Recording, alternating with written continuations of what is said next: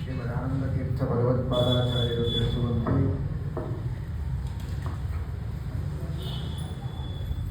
ನಿರ್ಣಯವಾದ ಸಕಲ ಶಾಸ್ತ್ರಗಳಲ್ಲಿ ಮಹಾಭಾರತ ಇದು ಅತ್ಯಂತ ಶ್ರೇಷ್ಠವಾದದ್ದು, ಉತ್ತಮವಾದದ್ದು. ಶಾಸ್ತ್ರೇಷು ಭಾರತಂ ಸಾರಂ, ಎಲ್ಲ ಶಾಸ್ತ್ರಗಳಲ್ಲಿಯೂ ಉತ್ತಮವಾದದ್ದು ಮಹಾಭಾರತ ಅಂತ ವರ್ಣನೆ ಮಾಡಿದ್ದಾರೆ. ವೇದಾದಪಿ ಪರಂಚಕ್ರೆ ಪಂಚಮಂ ವೇದಮುತ್ತಮಂ ಅಂತ. ಅಪೌರುಷೇಯವಾದ ವೇದಗಳು ಬಹಳ ಉತ್ತಮ ಅಂತಾದರೆ, ಆ ವೇದಗಳಿಗಿಂತಲೂ ಉತ್ತಮವಾದ ಪಂಚಮ ವೇದ ಅಂದರೆ ಅದು ಶ್ರೀಮನ್ ಮಹಾಭಾರತ ಅಂತ ವರ್ಣನೆ ಮಾಡಿದ್ದಾರೆ. ಅಂತಹ ಶ್ರೇಷ್ಠವಾದ ಗ್ರಂಥ ಮಹಾಭಾರತ. ಇದು ಪಂಚಮ ವೇದ. 4 ವೇದಗಳು ಪ್ರಸಿದ್ಧವಾಗಿದ್ದರೆ ಇದು 5ನೆಯ ವೇದ ಅಂತ. ಇದು ಪಂಚಮ ವೇದ ಯಾಕೆ ಅಂದರೆ, ಇದು ಪಂಚಮ. ಪಂಚ ಅಂದರೆ 5 ರೂಪಿಯಾದ ಪರಮಾತ್ಮ, ಅನಿರುದ್ಧ, ಪ್ರದ್ಯುಮ್ನ, ಸಂಕರ್ಷಣ, ವಾಸುದೇವ, ನಾರಾಯಣ ಎಂಬ 5 ರೂಪಿಯಾದಂತಹ ಭಗವಂತ.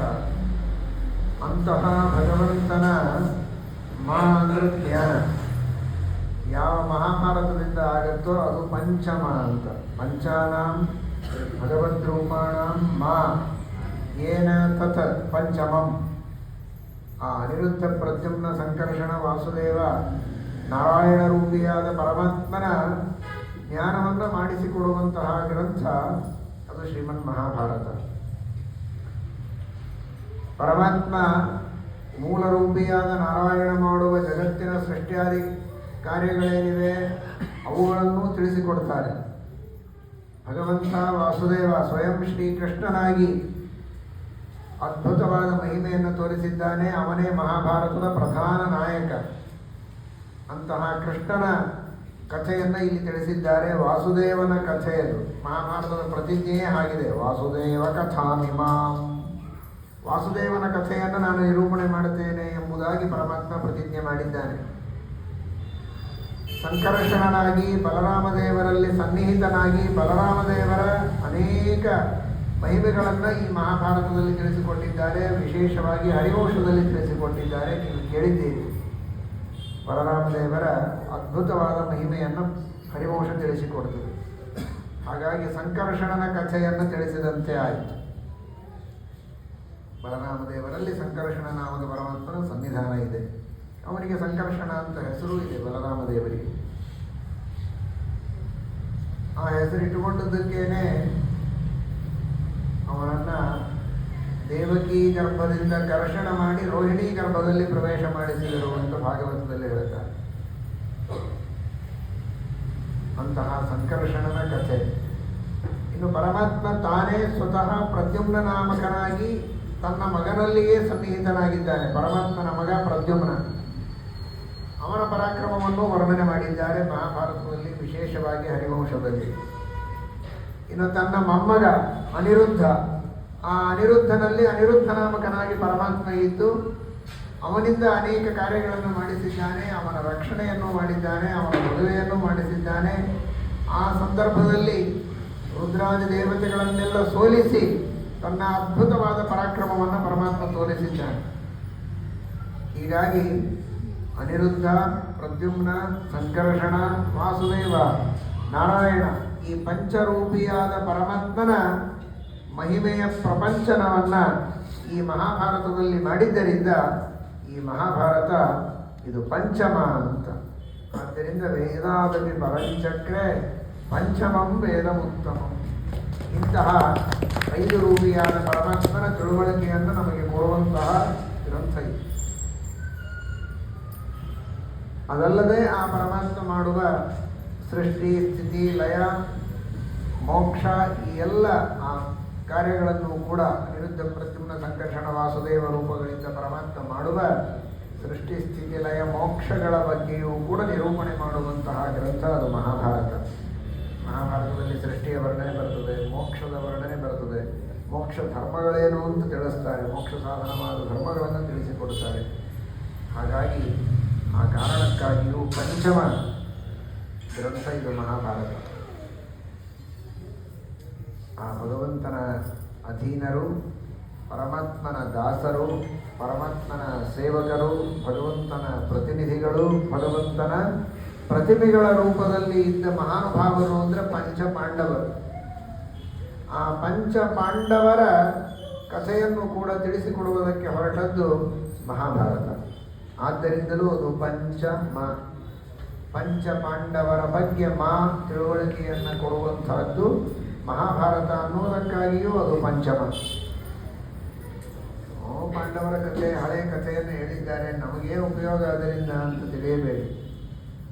ಯಾಕೆ ಅಂದರೆ ಅದು ನಮ್ಮೆಲ್ಲರ ಉದ್ಧಾರಕ್ಕಾಗಿ ಹೇಳಿದೆ. ಧರ್ಮೋ ಭಕ್ತ್ಯಾದಿ ದಶಕಃ ಶ್ರುತಾದಿಶೀಲವೈನಯವು ಸಂಬ್ರಹ್ಮಕಾಸ್ತು ದೇಯಂತ್ರ ಮನ್ವಾದಿತ್ತಂ ವಿದುರ್ಬುಧಾಃ. ಯುಧಿಷ್ಠಿರನ ಕಥೆ, ಯಮಧರ್ಮರಾಜನ ಕಥೆಯನ್ನು ಮಹಾಭಾರತದಲ್ಲಿ ತಿಳಿಸಿದ್ದಾರೆ. ಅವನು ಮೊದಲೆಲ್ಲ ಬೇಕಾದಷ್ಟು ವನವಾಸ, ಅಜ್ಞಾತವಾಸ ಎಲ್ಲವನ್ನ ಅನುಭವಿಸಿದರು. ಕೊನೆಗೆ ಮಾತ್ರ ವಿಜಯಶಾಲಿಯಾದ ಎಲ್ಲ ದುಷ್ಟ ಶತ್ರುಗಳನ್ನು ಕೂಡ ದುರ್ಯೋಧನಾದಿಗಳನ್ನು ನಾಶ ಮಾಡಿ ಕೊನೆಗೂ ಗೆದ್ದು ತಾನು ಸಿಂಹಾಸನದಲ್ಲಿ ಪಟ್ಟಾಭಿಷಿಕ್ತನಾದ ಅಂತ ಯುಧಿಷ್ಠಿರನ ವಿಜಯದ ಕಥೆಯನ್ನು ಮಹಾಭಾರತ ಹೇಳ್ತದೆ. ಅದು ಯುಧಿಷ್ಠಿರನ ವಿಜಯವಲ್ಲ, ಕೇವಲ ಯುಧಿಷ್ಠಿರನ ವಿಜಯ ಹೌದು, ಆದರೆ ಕೇವಲ ಅವನ ವಿಜಯ ಅಲ್ಲ, ಅದು ಧರ್ಮದ ವಿಜಯ. ಎತ್ತದಗ್ರೇ ವಿಷವಿವ ಪರಿಣಾಮೇ ಮೃತೋಪಮಂ. ಪ್ರಾರಂಭದಲ್ಲಿ ಧರ್ಮ ಮಾಡುವವರಿಗೆ ಕಷ್ಟ ಆದಾಗ ಅನಿಸುತ್ತೆ, ಬಹಳ ಚಳಿ, ಬಹಳ ಉಪವಾಸ, ಅನೇಕ ವ್ರತಗಳು, ದಾನ ಧರ್ಮಗಳು, ನಾನಾ ವಿಧವಾದ ಕಷ್ಟಗಳನ್ನು ಅನುಭವಿಸಿದ ಹಾಗೆ ಅನಿಸ್ತದೆ. ಏನಿಲ್ಲ, ಧರ್ಮ ಕರ್ಮ ಇಲ್ಲದೆ ಇದ್ದವರು ಸುಖವಾಗಿರ್ತಾರೆ, ಆನಂದವಾಗಿರ್ತಾರೆ ಅಂತ. ಆದರೆ ಮೊದಲು ಕಷ್ಟ ಅಂತ ಅನಿಸಿದರೂ ಆಮೇಲೆ ಮಹಾ ಸುಖವನ್ನು ಕೊಡುವುದೇ ಧರ್ಮ. ಅನಂತ ಕಾಲದ ಸುಖವನ್ನು ಕೊಡುತ್ತದೆ ಧರ್ಮ. ಇದಕ್ಕೆ ವಿಪರೀತವಾಗಿ ಅಧರ್ಮ ಮಾರ್ಗ ಇದೆ. ಅಧರ್ಮ ಮಾರ್ಗದಲ್ಲಿ ಮೊದಲು ಸುಖ ಇರುತ್ತದೆ, ಮೊದಲು ತೋರುತ್ತದೆ ಮಧುರ ವಿಷಯ ಸುಖ, ಕಡೆಯಲ್ಲಿ ದುಃಖ ಅನೇಕ ನೋಡೋ ಅಂತ ದಾಸರಂತ. ಹರಿಭಜನೆ ಮಾಡೋ ನಿರಂತರ. ಹರಿಭಜನೆ ಮಾಡ್ತಾ ಕೂತ್ರೆ ಎಲ್ಲ ಕೆಲಸ ಆಗಬೇಕಲ್ಲ, ಸುಮ್ಮನೆ ತಿಂತ ಮಜಾ ಮಾಡ್ತಾ ಇದ್ರೆ ಆನಂದವಾಗಿರ್ತದೆ. ಈಗ ಆನಂದ ಆಗ್ತದೆ, ಆಮೇಲೆ ಕಷ್ಟಪಡ್ತೀಯಪ್ಪ. ಈಗ ಕಷ್ಟ ಅಂತ ಅನಿಸುತ್ತೆ. ಚೆನ್ನಾಗಿ ಹರಿಭಜನೆ ಮಾಡೋದ್ರೊಳಗೆ ಕಷ್ಟ ಏನಿಲ್ಲ, ಆನಂದವೇ ಇದೆ. ಆ ಭಗವಂತನ ಮಹಿಮೆಯನ್ನು ಸ್ಮರಣೆ ಮಾಡ್ತಾ ತನ್ಮಯರಾಗಿ ದೇವರ ಭಜನೆಯನ್ನು ಮಾಡುವುದರೊಳಗೆ ಆನಂದವಿದೆ ಹೊರತು ಕಷ್ಟ ಏನಿಲ್ಲ. ಏನೋ ಆ ಹೊತ್ತಿನಲ್ಲಿ ಉಳಿದ ಸುಖ ಭೋಗವನ್ನು ಮಾಡಲಿಕ್ಕಾಗದೆ ಇದಕ್ಕಾಗಿ ಸಮಯ ಮೀಸಲಿಡಬೇಕಲ್ಲ ಅಂತ ಕಷ್ಟ ಆಗಬಹುದೋ ಏನೋ ಕೆಲವರಿಗೆ, ಆದರೆ ಮುಂದೆ ಮಾತ್ರ ಮಹಾ ಸುಖ ಇದೆ. ಇದು ಯುಧಿಷ್ಠಿರನ ಕಥೆಯಿಂದ ನಮಗೆ ತಿಳಿಯುತ್ತದೆ. ಮೊದಲೆಲ್ಲ ಕಷ್ಟವನ್ನು ಅನುಭವಿಸಿದರೂ ಕೂಡ ಮುಂದೆ ಮಹಾ ಸುಖವನ್ನು ಅನುಭವಿಸಿದ. ಮೊದಲಿಗೆ ಸುಖವನ್ನು ಅನುಭವಿಸಿದರೂ ಕೊನೆಗೂ ಕಷ್ಟವನ್ನು ಅನುಭವಿಸಿದ ದುರ್ಯೋಧನ. ನೀವು ಅನ್ಬೋದು, ಏನು ಎಲ್ಲ ಒಂದೇ ಅಲ್ಲ, ಮೊದಲು ಸುಖ ಆಮೇಲೆ ಕಷ್ಟ, ಮೊದಲು ಕಷ್ಟ ಆಮೇಲೆ ಸುಖ. ದುರ್ಯೋಧನಿಗೆ ಒಂದು, ಯುಧಿಷ್ಠಿರನಿಗೆ ಒಂದು. ಯುಧಿಷ್ಠಿರನ ಮಾರ್ಗವನ್ನು ಯಾಕೆ ಅನುಸರಣೆ ಮಾಡಬೇಕು ಅಂತ. ದುರ್ಯೋಧನನಿಗೆ ಒಂದು 4 ದಿವಸ ಕಷ್ಟ ಆಯಿತು ಅಂತ ತಿಳ್ಕೋಬೇಡಿ, ಅನಂತ ಕಾಲದವರೆಗೂ ಕಷ್ಟನೇ ಅವನು. ಕಷ್ಟತರಮ್ಯಂತೂ ಸರ್ವೇ ದುರ್ಯೋಧನಾದಯ ಅಂತ. ಒಂದು 4 ದಿನ ಕಷ್ಟಪಟ್ಟದ್ದು ಮಾತ್ರ ಅಲ್ಲ, ಅವನು ಮುಂದೆ ತಮಸ್ಸಿನಲ್ಲಿ ಕೊನೆಯವರೆಗೂ ಕಷ್ಟವನ್ನೇ ಅನುಭವಿಸಿದ್ದು. ಯುಧಿಷ್ಠಿರ 4 ದಿವಸ ಮಾತ್ರ ಸುಖಪಟ್ಟದ್ದಲ್ಲ, ಮುಂದೆ ಅನಂತ ಕಾಲದವರೆಗೂ ಅವನಿಗೆ ಸುಖವೇ ಇದೆ, ಇವನಿಗೆ ಅನಂತ ಕಾಲದವರೆಗೂ ಕಷ್ಟವೇ ಇದೆ. ಹಾಗಾದರೆ ಕೆಲವೇ ದಿನಗಳವರೆಗೆ ದುಃಖವನ್ನು ಅನುಭವಿಸಿದಂತೆ ಅನಿಸಿದರೂ ಅನಂತ ಕಾಲದವರೆಗೆ ಮಹಾ ಸುಖವನ್ನೇ ಅನುಭವಿಸಿದ ಮಹಾವಿಜಯಶಾಲಿಯಾದ ಯುಧಿಷ್ಠಿರನ ಮಾರ್ಗವನ್ನೇ ಅನುಸರಣೆ ಮಾಡಿದರೆ ನಮಗೆ ಶಾಶ್ವತವಾದ ಸುಖ ಇದೆ. ತಾತ್ಕಾಲಿಕವಾದ ಸುಖ ಅಂತ ತೋರಿದರೂ ಮುಂದೆ ಅನಂತ ಕಾಲದವರೆಗೆ ದುಃಖವನ್ನೇ ಕೊಡುವ ವಿಷ್ಣು ದ್ರೋಹಾದಿಗಳನ್ನು ಮಾಡಿದರೆ ದುರ್ಯೋಧನನಂತೆ ಅನಂತ ಕಾಲದ ದುಃಖವನ್ನು ಅನುಭವಿಸಬೇಕಾಗ್ತದೆ. ಆ ದುಃಖದ ಮಾರ್ಗವನ್ನು ನಾವು ಅನುಸರಣೆ ಮಾಡಬಾರದು ಅನ್ನುವುದನ್ನು ಪಾಂಡವರ ಕಥೆಯಿಂದ ತಿಳಿದುಕೊಳ್ಳುವುದಕ್ಕೆ ಯುಧಿಷ್ಠಿರನ ಕಥೆಯಿಂದ ತಿಳಿಯಬಹುದು. ಅದೇ ರೀತಿ ಭಕ್ತ್ಯಾದಿ ಗುಣಗಳು, ಭಕ್ತಿರ್ ಜ್ಞಾನಂ ಸ ವೈರಾಗ್ಯಂ ಪ್ರಜ್ಞಾ ಮೇಧಾ ಧೃತಿ ಸ್ಥಿತಿ ಯೋಗ ಪ್ರಾಣೋಬಲಂಚೈವ ವೃಕೋದರ ಇತಿ ಸ್ಥಿತ. ಜ್ಞಾನ ಭಕ್ತಿಯ ಆದಿ ಗುಣಗಳೇನಿವೆ ಆ ಸದ್ಗುಣಗಳ ಪ್ರತೀಕರು ವಾಯುದೇವರು. ಅಂತಹ ವಾಯುದೇವರ ಅವತಾರರಾದ ಭೀಮಸೇನ ದೇವರ ಬಲ, ಭೀಮಸೇನ ದೇವರ ವಿಜಯ, ಅವರ ಪರಾಕ್ರಮ, ಅವರು ಮಾಡಿದ ಶತ್ರು ಸಂಹಾರಗಳ ಕಥೆ, ಆ ಗಾಥೆ, ಇದನ್ನೆಲ್ಲ ಹೇಳಿದರೆ ಅದರ ಅರ್ಥ ಮನುಷ್ಯ ಜ್ಞಾನಭಕ್ತಿ ವೈರಾಗ್ಯಾದಿ ಸದ್ಗುಣಗಳನ್ನು ಪಡೆದುಕೊಂಡ ಅಂತಾದರೆ ಅವುಗಳಿಂದ ಎಲ್ಲ ಶತ್ರುಗಳನ್ನು, ಕಾಮಕ್ರೋಧಾದಿ ಶತ್ರುಗಳನ್ನು ಗೆಲ್ಲಬಹುದು. ಅದು ಭೀಮಸೇನ ದೇವರ ಕಥೆ. ಶ್ರವಣ ಮನನ ನಿಧಿಧ್ಯಾಸನಗಳನ್ನು ಮಾಡಿದರೆ ಎಂತಹ ದುಷ್ಟ ಶಕ್ತಿಗಳನ್ನು ಕೂಡ ದೂರ ಮಾಡಿ, ಎಷ್ಟೇ ಶತ್ರುಗಳು ಬಂದರೂ ಕೂಡ ಆ ಶ್ರವಣ ಮನನ ನಿಧಿಧ್ಯಾಸನಗಳನ್ನು ಮಾಡಿದ ಒಬ್ಬ ವಿದ್ಯಾವಂತ ಅದೆಲ್ಲವನ್ನೂ ಎದುರಿಸಬಹುದು. ಸಂಸಾರದಲ್ಲಿ ಬರುವ ಎಲ್ಲ ಕಷ್ಟಗಳನ್ನು ಎದುರಿಸಬಹುದು, ಸೋಲಿಸಬಹುದು ಒಬ್ಬನೇ. ಹೇಗೆ ಅರ್ಜುನ ಒಬ್ಬ ಉತ್ತರ ಗೋಗ್ರಹಣದ ಪ್ರಸಂಗದಲ್ಲಿ ಭೀಷ್ಮ, ದ್ರೋಣ, ಕರ್ಣ, ದುರ್ಯೋಧನ, ದುಶ್ಯಾಸನ ಎಲ್ಲರನ್ನೂ ಸೋಲಿಸಿದ ಒಬ್ಬನೇ ಅರ್ಜುನ. ಹಾಗೆ ಅರ್ಜುನ ಅಂದರೆ ಶ್ರವಣ ಮನನ ನಿಧಿಧ್ಯಾಸನಗಳು ಅಂತ ಶ್ರೀಮದಾಚಾರ್ಯರು ಹೇಳ್ತಾರೆ. ಆ ಶ್ರವಣ ಮನನ ನಿಧಿಧ್ಯಾಸನಗಳನ್ನು ಮಾಡಿದ ವ್ಯಕ್ತಿ ಎಲ್ಲ ದೊಡ್ಡ ಶಕ್ತಿಗಳನ್ನು ಸೋಲಿಸಿ ತಾನು ತನ್ನ ಸಾಧನೆಯನ್ನು ಮಾಡಬಹುದು. ಅದೇ ರೀತಿ ಉತ್ತಮವಾದ ಚಾರಿತ್ರ್ಯ, ನಕುಲ, ವಿನಯ, ಇದು ಸಹದೇವ. ಪಂಚ ಪಾಂಡವರಿಗೆ ಜಯ ಆಯಿತು. ಇದರ ಅರ್ಥ ಧರ್ಮ, ಜ್ಞಾನ, ಜ್ಞಾನ ಸಾಧನ ಹಾಗೂ ಶುದ್ಧವಾದ ಚಾರಿತ್ರ್ಯ ಹಾಗೂ ವಿನಯ, ಈ ಸದ್ಗುಣಗಳ ವಿಜಯವಾಯಿತು ಅಂತ ಅರ್ಥ. ಈ ತಿಳುವಳಿಕೆ ಮಹಾಭಾರತದಿಂದ ನಮಗೆ ಬರ್ತದೆ. ಪಂಚ ಪಾಂಡವರ ತಿಳುವಳಿಕೆ ಅಷ್ಟೇ ನಮಗೆ ಬರೋದಲ್ಲ, ಈ ಪಂಚ ಗುಣಗಳಿವೆಯಲ್ಲ, ಧರ್ಮ, ಜ್ಞಾನ, ಶ್ರವಣಾದಿಗಳು, ಚಾರಿತ್ರ್ಯ, ವಿನಯ, ಈ 5 ಗುಣಗಳ, ಅದು 5 ಗುಣ ಅಲ್ಲ, ಅನೇಕ ಗುಣಗಳ ಗುಂಪದು. ಆ 5 ಗುಣಗಳ ತಿಳುವಳಿಕೆಯನ್ನು ನಮಗೆ ತಂದು ಕೊಡುವುದೇ ಮಹಾಭಾರತ ಅಂತ ಶ್ರೀಮದ್ ಆಚಾರ್ಯರೇ ಮಹಾಭಾರತದ ಅರ್ಥಯ ನಿರ್ಣಯದಲ್ಲಿ ತಿಳಿಸಿಕೊಟ್ಟದ್ದರಿಂದ ಇದು ಪಂಚಮ ವೇದ, ಪಂಚಮಂ ವೇದ ಉತ್ತಮಂ. 5ರ ತಿಳುವಳಿಕೆ ನಮಗೆ ಬರುವಂತೆ ಮಾಡುವಂತಹ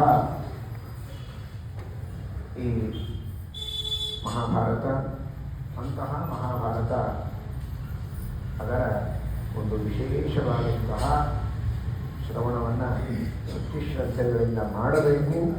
ನೀವೆಲ್ಲ ಅಷ್ಟು ಭಕ್ತಿ ಶ್ರದ್ಧೆಗಳಿಂದ ಇಲ್ಲಿ ಆ ಮಹಾಭಾರತದ ಶ್ರವಣವನ್ನು ಪ್ರತಿಯೊಬ್ಬರೂ ಕೂಡ ಮಾಡಿದ್ದೀರಿ. ಅದರಂತೆ ಶ್ರೀಮದ್ ಭಾಗವತದ ಶ್ರವಣವನ್ನು ಕೂಡ ನೀವೆಲ್ಲ ಮಾಡಿದ್ದೀರಿ. ಅದರ ಬಗ್ಗೆ ಮಧ್ಯಾಹ್ನ ನೀವೆಲ್ಲ ತಿಳಿದುಕೊಂಡಿದ್ದೀರಿ.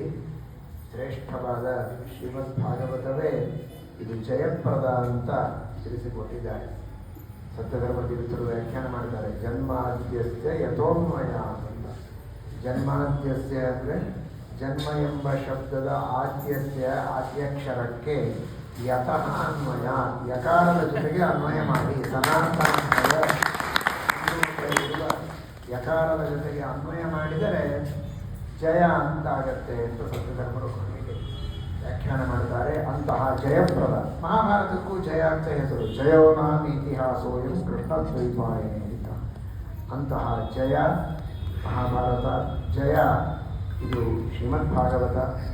ಅಂತಹ ಮಹಾಭಾರತ ಭಾಗವತಗಳು ಶ್ರವಣ ಮಾಡಿದರೆ ಈ ಸಂಸಾರದಲ್ಲಿ ಜಯಿಸಬಹುದು. ಈಸಬೇಕು, ಇದ್ದು ಜಯಿಸಬೇಕು ಅಂತ. ಆ ಎಲ್ಲ ಕಾಮಕ್ರೋಧಾದಿಗಳನ್ನು ಗೆದ್ದು ಮೋಕ್ಷವನ್ನು ಪಡೆಯುವುದಕ್ಕೆ ಸಾಧ್ಯವಿದೆ ಎನ್ನುವುದರ ಒಂದು ಸಂದೇಶ ಇದು. ಇಷ್ಟೆಲ್ಲ ಮಾಡಿ ಮಹಾಭಾರತವನ್ನು ಯಾರಿಗೋಸ್ಕರ ರಚನೆ ಮಾಡಿದರು, ಶ್ರೀಮದ್ ಭಾಗವತವನ್ನು ಯಾರಿಗೋಸ್ಕರ ರಚನೆ ಮಾಡಿದರು ವೇದವ್ಯಾಸದೇವರು? ನಮ್ಮೆಲ್ಲರ ಉದ್ಧಾರಕ್ಕಾಗಿ. ಅವರಿಗೇನು ಬೇಕಾಗಿಲ್ಲ. ಯತ್ರ ತ್ರಿಸರ್ಗೋ ವೃಷ, ಇಡೀ ಜಗತ್ತಿನ ಸೃಷ್ಟಿ ದೇವರ ದೃಷ್ಟಿಯಲ್ಲಿ ಅದೇನು ಲಾಭ ಇಲ್ಲ. ವ್ಯರ್ಥ, ಅವನಿಗೇನು ಪ್ರಯೋಜನ ಇಲ್ಲ, ನಿತ್ಯ ಪೂರ್ಣ. ಹಾಗಾದರೆ ಜೀವರಿಗೋಸ್ಕರ ಮಾಡಿದ್ದಾನೆ. ಯತ್ರ ತ್ರಿಸರ್ಗ ಅಮೃಷ, ಜೀವನ ದೃಷ್ಟಿಯಲ್ಲಿ ಇದು ವ್ಯರ್ಥ ಅಲ್ಲ. ಸಮಗ್ರವಾದ ಮಹಾಭಾರತವನ್ನು ನಿರ್ಮಾಣ ಮಾಡಿದ್ದಾನೆ. ಸಮಗ್ರವಾದಂತಹ ಶ್ರೀಮದ್ ಭಾಗವತವನ್ನು ನಿರ್ಮಾಣ ಮಾಡಿಕೊಂಡ. ಭಾಗವತ ಅಂದರೆ ಎಲ್ಲ ಪುರಾಣಗಳು ಬಂತು, 18 ಪುರಾಣಗಳು, ವಿಶೇಷವಾಗಿ ಸಾತ್ವಿಕ ಪುರಾಣಗಳು, ಉಳಿದ ಪುರಾಣಗಳಲ್ಲಿರುವ ಸಾತ್ವಿಕ ಭಾಗಗಳು, ಹಾಗೂ ಬ್ರಹ್ಮಸೂತ್ರಗಳು. ಯತ್ರ ತ್ರಿಸರ್ಗ, ಬ್ರಹ್ಮಸೂತ್ರಗಳ ಸೃಷ್ಟಿ, ಮಹಾಭಾರತದ ಸೃಷ್ಟಿ, ಹಾಗೂ ಭಾಗವತಾದಿ ಪುರಾಣಗಳ ಸೃಷ್ಟಿ. ಇತಿಹಾಸ, ಪುರಾಣ, ಸೂತ್ರ, ಈ ಮೂರನ್ನೂ ರಚನೆ ಮಾಡಿಕೊಟ್ಟದ್ದು ಪರಮಾತ್ಮ. ಯಾರಿಗೋಸ್ಕರ? ನಮಗೋಸ್ಕರ, ಅವನಿಗೋಸ್ಕರ ಅಲ್ಲ. ಯತ್ರ ತ್ರಿಸರ್ಗೋ ವೃಷ, ಇಂಚಿಂಥ ದೊಡ್ಡ ಗ್ರಂಥಗಳನ್ನು ರಚನೆ ಮಾಡಿದ್ದಕ್ಕೆ ಏನೋ ಒಂದು ಭಾರಿ ದೊಡ್ಡ ಲಾಭ ಆಯಿತು ಪರಮಾತ್ಮನಿಗೆ, ಬಹಳ ದೊಡ್ಡ ಪ್ರಶಸ್ತಿ ಕೊಟ್ಟರು. ಯಾರು ಕೊಡೋರು ಪ್ರಶಸ್ತಿ ಅವನಿಗೆ? ಅವನಿಗಿಂತ ಮೇಲಿದ್ದಾರೆ. ಯಾರ ಪ್ರಶಸ್ತಿಗೋಸ್ಕರ ಅವನು ಮಾಡಬೇಕು? ಅಲ್ಲ, ಪ್ರಶಸ್ತಿ ಅಲ್ಲ, ಯಾರೋ ದುಡ್ಡು ಕೊಟ್ಟಿರಬೇಕು. ಅವನಿಗೆ ಯಾರು ದುಡ್ಡು ಕೊಡೋರು? ಲಕ್ಷ್ಮೀಪತಿ. ಅವನು ಸ್ವಯಂ ಲಕ್ಷ್ಮೀಪತಿಯಾದ ಪರಮಾತ್ಮನಿಗೇನು ದುಡ್ಡು ಬೇಕಾ? ಸರ್ವೋತ್ತಮನಾದ ಭಗವಂತನಿಗೆ ಇನ್ಯಾರಾದರೂ ಬೆನ್ನು ಚಪ್ಪರಿಸಬೇಕಾಗಿದೆಯಾ? ಚಪ್ಪರಿಸಲಿಕ್ಕೆ ಸಾಧ್ಯ ಇದೆಯಾ ಪರಮಾತ್ಮನಿಗೆ ಬೆನ್ನು? ಯಾರು ಬೆನ್ನು ಚಪ್ಪರಿಸುವುದಿಲ್ಲ, ಪ್ರಶಸ್ತಿಯೇ ಬೇಡ. ಸ್ವಯಂ ಸರ್ವೋತ್ತಮನಾದ. ಹಾಗಾದರೆ ನಮ್ಮ ಉದ್ಧಾರಕ್ಕಾಗಿ ಮಾಡಿದ್ದಾನೆ. ಅದನ್ನು ತಿಳಿಸುವುದಕ್ಕಾಗಿಯೇ ಜನ್ಮಾದ್ಯಸ್ಯ ಯತಃ ಅಂತ ಜ ಎಂಬ ಅಕ್ಷರದಿಂದ ಪ್ರಾರಂಭ. ಯಾರಿಗೋಸ್ಕರ ಮಾಡಿದ್ದಾನೆ ಅಂದರೆ ಶ್ವರ ಋಷಭಾಯ ನಮಃ ಸನಾತನಾಯ. ನಾಯ ಅನ್ನೋದನ್ನು ಕೂಡಿಕೊಂಡ್ರೆ ಜನಾಯ, ಜನರಿಗೋಸ್ಕರ ಎಲ್ಲ ಶಾಸ್ತ್ರಗಳು ಉಪದೇಶವನ್ನು ಮಾಡಿದ್ದೇ ಹೊರತು ಸುಮ್ಮನೆ ಅಂಥವರಿಂಥವರಿಗೋಸ್ಕರ, ತನಗೋಸ್ಕರವಾಗಿ ಅಲ್ಲ. ಸರಿ, ಜನರಿಗೋಸ್ಕರ ಅಂದರೆ ಬೇಕಾದಷ್ಟು ಜನ ಜಗತ್ತಿನೊಳಗಿದ್ದಾರೆ. ಇಡೀ ಮತ್ತೆ ಭೂಗೋಳದೊಳಗೆ ಬೇಕಾದಷ್ಟು ಜನ ಇದ್ದಾರೆ. ಎಲ್ಲರಿಗೋಸ್ಕರವಾಗಿ ಮಾಡಿದ್ದಾನ ಅಂತಂದರೆ ಯಾರು ಸನಾತನ ಧರ್ಮವನ್ನು ಅನುಸರಣೆ ಮಾಡುವವರಿದ್ದಾರೋ ಅಂಥವರಿಗೋಸ್ಕರವಾಗಿ. ಸನಾತನ ಧರ್ಮವನ್ನು ಅನುಸರಣೆ ಮಾಡುವಂತಹ ಜನಾಯ, ಜನರಿಗೋಸ್ಕರವಾಗಿ ಜಯ, ಈ ಜಯಪ್ರದವಾದ ಗ್ರಂಥವನ್ನು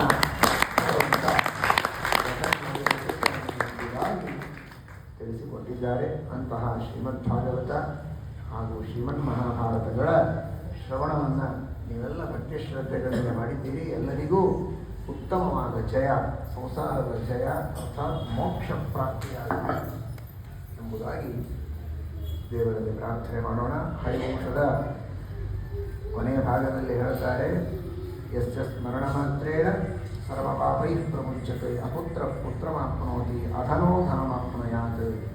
ಹರಿವಂಶದ ಸ್ಮರಣೆ ಮಾಡಿದರೂ ಮಹಾ ಫಲ ಇದೆ, ಪಾಪಗಳ ಪರಿಹಾರ ಇದೆ, ಉತ್ತಮ ಸತ್ಪುತ್ರ ಪ್ರಾಪ್ತಿಯಾಗ್ತದೆ, ಮೋಕ್ಷ ಸಾಧನವಾದ ಧನ ಪ್ರಾಪ್ತಿಯಾಗ್ತದೆ, ಧರ್ಮ ಸಾಧನವಾದ ಮೋಕ್ಷ ಸಾಧನವಾದ ಧನಂ ಹಿ ಧರ್ಮೈಕ ಫಲಂ.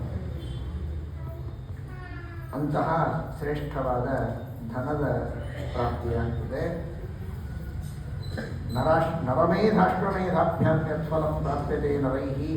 ಯಜ್ಞಯಾಗಾದಿಗಳನ್ನು ಮಾಡಿದರೆ ಬರುವ ಫಲವನ್ನು ಈ ಹರಿವಂಶದ ಶ್ರವಣ ಮಾಡಿದರೆ ಬರುತ್ತದೆ. ಬ್ರಹ್ಮಹತ್ಯ, ಭ್ರೂಣಹತ್ಯ, ಗೋಹತ್ಯಾದಿ ಪಾಪಗಳನ್ನು ಮಾಡಿದ್ದರೂ ಅದರ ಪರಿಹಾರವಾಗ್ತದೆ ಅಂತಾರೆ. ಬ್ರಹ್ಮ, ಭ್ರೂಣ, ಗೋಘ್ನ, ಸ್ವರಾಪ, ಗುರುತಲ್ಪಗ ಸಕೃತ್ ಪುರಾಣ ಶ್ರವಣಾತ್ ಭೂತೋ ಭವತಿ ನಾನ್ಯಥಾ. ಇದಂ ಮಯಾತೆ ಪರಿಕೀರ್ತಿತಂ ಮಹತ್ ಶ್ರೀಕೃಷ್ಣ ಮಾಹಾತ್ಮ್ಯಮಪಾರಮದ್ಭುತಂ ಶೃಣ್ವನ್ ಪಠನ್ನಾಶು ಸಮಾಪ್ನುಯಾತ್ ಫಲಂ ಯಚ್ಚಾತಿ ಲೋಕೇಶು ಸುದುರ್ಲಭಂ. ಏನೇನು ದುರ್ಲಭವಾದ ಫಲ ಅಂತಿದೆ, ಉತ್ತಮವಾದ ಫಲ, ಅಂತಹ ಎಲ್ಲ ಫಲವನ್ನು ಕೂಡ ಈ ಹರಿವಂಶ ಪುರಾಣದ ಶ್ರವಣದಿಂದ ಪಡೆದುಕೊಳ್ಳಬಹುದು ಎಂಬುದಾಗಿ ಅದರ ಉಪಸಂಹಾರವನ್ನು ಮಾಡ್ತಾ ಇದ್ದಾರೆ. ಅಂತಹ ಶ್ರೇಷ್ಠವಾದ ಈ ಮಹಾಭಾರತ ಹರಿವಂಶ ಭಾಗವತಾದಿಗಳ ಮಂಗಲ ಮಹೋತ್ಸವ ಇಲ್ಲಿ ನಡೀತಾ ಇದೆ. ವಿಶೇಷವಾಗಿ ಈ ಪುರಾಣದ ಇತಿಹಾಸ ಪುರಾಣಗಳ ಈ ಪ್ರವಚನದ ಸೇವೆಯನ್ನು ಮುಖ್ಯವಾಗಿ ಎಲ್ಲ ವಿದ್ವಾಂಸರು ಕೂಡ ಅತ್ಯಂತ ಭಕ್ತಿ ಶ್ರದ್ಧೆಗಳಿಂದ ಮಾಡಿದ್ದಾರೆ. ಮಹಿಷಿಯವರು ಇದನ್ನು ವಿಶೇಷವಾಗಿ ಇದರ ಸೇವೆಯನ್ನು ಮಾಡಿಸಿದ್ದಾರೆ. ಇಲ್ಲಿ ಶ್ರೀನಿವಾಸ ದೇವರ ಸನ್ನಿಧಾನ ಹಾಗೂ ಮುಖ್ಯ ಪ್ರಾಣದೇವರ ರಾಯರ ಸನ್ನಿಧಾನ ಇದೆ. ಹರಿವಾಯು ಗುರುಗಳ ಸನ್ನಿಧಾನದಲ್ಲಿ ಈ ಎಲ್ಲ ಕಾರ್ಯಕ್ರಮಗಳು ನಡೆದಿವೆ ಅಂದರೆ ಹರಿವಾಯು ಗುರುಗಳಿಗೆ ಪ್ರೀತಿಯಾಗ್ತದೆ ಎನ್ನುವುದರಲ್ಲಿ ಈ ಸೇವೆಯನ್ನು ಮಾಡಿದ ವಿದ್ವಾಂಸರಿಗೂ ಮಹಿಷಿಯವರಿಗೂ ಹಾಗೂ ಪ್ರಾಣೇಶಾಚಾರ್ಯರು ಅವರ ಎಲ್ಲ ಕುಟುಂಬದವರಿಗೂ ಕೂಡ ವಿಶೇಷವಾಗಿ ದೇವರು ಜ್ಞಾನ ಭಕ್ತಿ ವೈರಾಗ್ಯಗಳನ್ನು ಆಯುರಾರೋಗ್ಯಾದಿಗಳನ್ನು ಕೊಟ್ಟು ಅನುಗ್ರಹಿಸಲಿ ಎಂಬುದಾಗಿ ಪ್ರಾರ್ಥನೆಯನ್ನು ಮಾಡ್ತೇವೆ.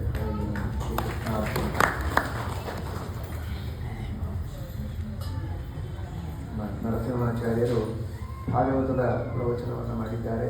ನಮ್ಮ ಬದರಿಯಾಚಾರ್ಯರು ಹರಿವಂಶದ ಪ್ರವಚನವನ್ನು, ಅನೇಕ ವಿದ್ವಾಂಸರು ಶ್ರೀಮನ್ ಮಹಾಭಾರತದ ಪ್ರವಚನವನ್ನು ಮಾಡಿದ್ದಾರೆ. ಅವರೆಲ್ಲರಿಗೂ ಇದೇ ರೀತಿ ಈ ಪಾಠ ಪ್ರವಚನವನ್ನು ಮಾಡುವ ಸೌಭಾಗ್ಯವನ್ನು ಇನ್ನೂ ವಿಶೇಷವಾಗಿ ದೇವರು ಕರುಣಿಸಲಿ ಎಂಬುದಾಗಿ ಶ್ರೀ ಶ್ರೀ ಸತ್ಯಾತ್ಮತೀರ್ಥ ಸ್ವಾಮಿ ಮಹಾರಾಜ ಕೀ ಜೈ.